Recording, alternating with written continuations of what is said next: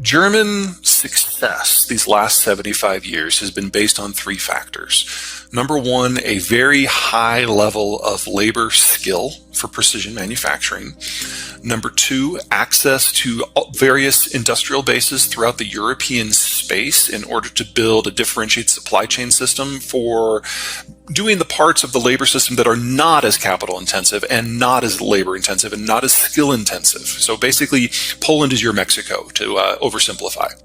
And then third, a globalized system that allows the Germans to access low-cost, high-reliability imported raw materials, especially energy, but also end markets that can absorb all of this product, because the Germans produce significantly more product than they could ever consume, not just at home, but in Europe as well. All three of those pillars are now gone. The German population has been aging for decades, and this was always going to be the decade that the bulge in the German population moves from the 50s and early 60s into mass retirement.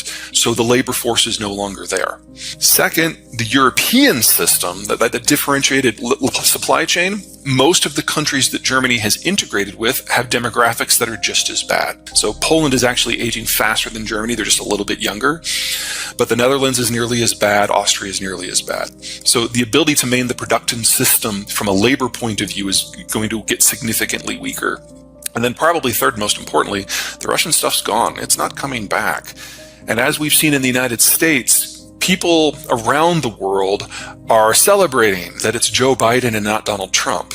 But with the exception, the one exception of Airbus, Boeing, that's spat. That one has been put to the side, partially resolved. With the exception of that, every trade dispute that Donald Trump initiated, Biden has doubled and tripled down on, and he's now putting industrial policy in the mix for the first time in the United States since the 1940s. And this means that the United States is no longer interested at all in maintaining the globalized system. The deal that made globalization work was that we will patrol the ocean so that anyone can trade with anyone and access anything, and we will leave our markets open if you let us write your security policies to fight the Soviets. You may have noticed in all of the deal making that the Biden administration has done around the world, and especially in Europe, that's not the deal anymore. All the security agreements are purely bilateral. There are no economic hangers on. And Biden is taking the American economy home and basically shutting its doors to one region after another, and that includes Europe as well. And that leaves Germany with China. And if you think that your dependence upon Russia has generated some interesting geopolitical exposure, just wait till we get to a real argument between the Chinese and the Americans. There's an understanding in the world of environmental energy that you only put up wind turbines in places where the wind blows fairly strongly.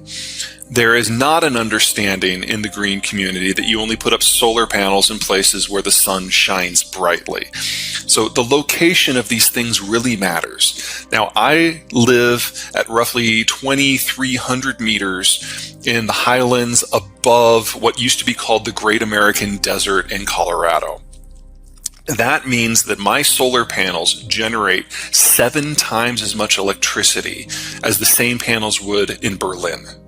That means I'm in one of the world's best solar zones, and Berlin is in almost the world's worst. And if you're going to put up 7 times as much paneling in order to generate the same amount of electricity, you have now generated so much carbon by putting up those panels that you will never be able to generate enough electricity to pay down the carbon debt, much less the economic debt. It's just not a good geography for that technology. So that's problem one. Most of the population of the world lives in a place that is much more similar to Berlin than Denver, unfortunately. Number two, if we are serious about doing the green transition in its current form with the current technologies that we have, then we need more materials than we currently have, and we have to be able to process them. So in terms of volume, we need 10 times as much nickel, 18 times as much graphite, probably 3 times as much copper, and we need it all by 2030.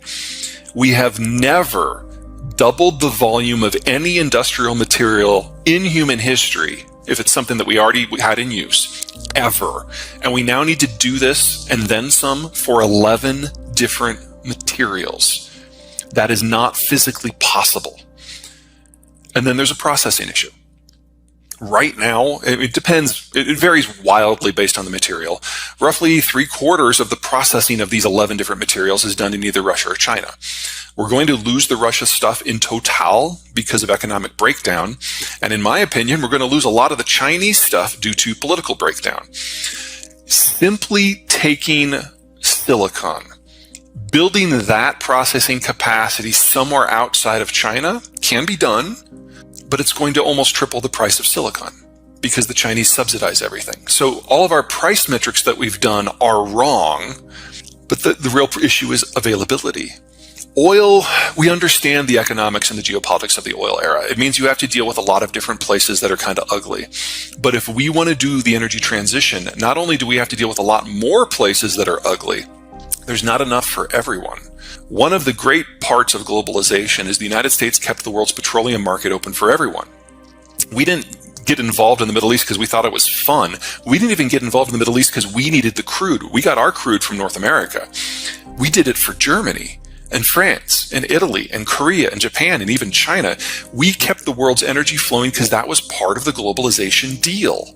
There's not enough lithium and copper and the rest to do that on a global basis. So if you're looking at American military interventionism to keep copper and nickel and the rest flowing, it will be to keep it flowing to North America. The green transition in its current form cannot be done on a global basis, but it can be done in North America if the Americans invade about 15 places to keep the stuff going there.